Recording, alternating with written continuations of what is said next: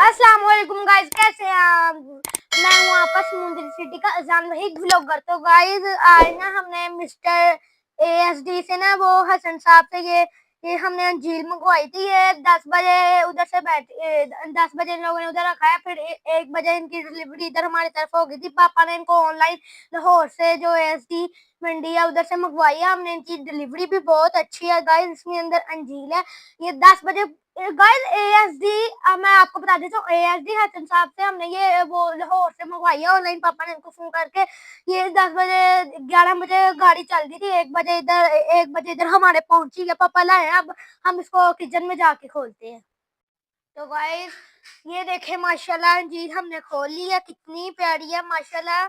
ये बहुत अच्छी डिलीवरी करते हैं। ये इसका कुरान पाक में भी जिक्र है, सेहत के लिए भी अच्छी होती है।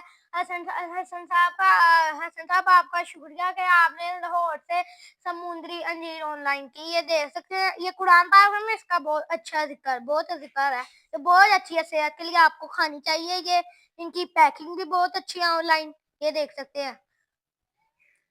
ये अंजीर इतनी, इसका कुरान पाक में भी जिक्र है और सेहत के लिए भी आपके सही अच्छी है। कोई भी इसको खा सकता है, सारे खा सकते हैं।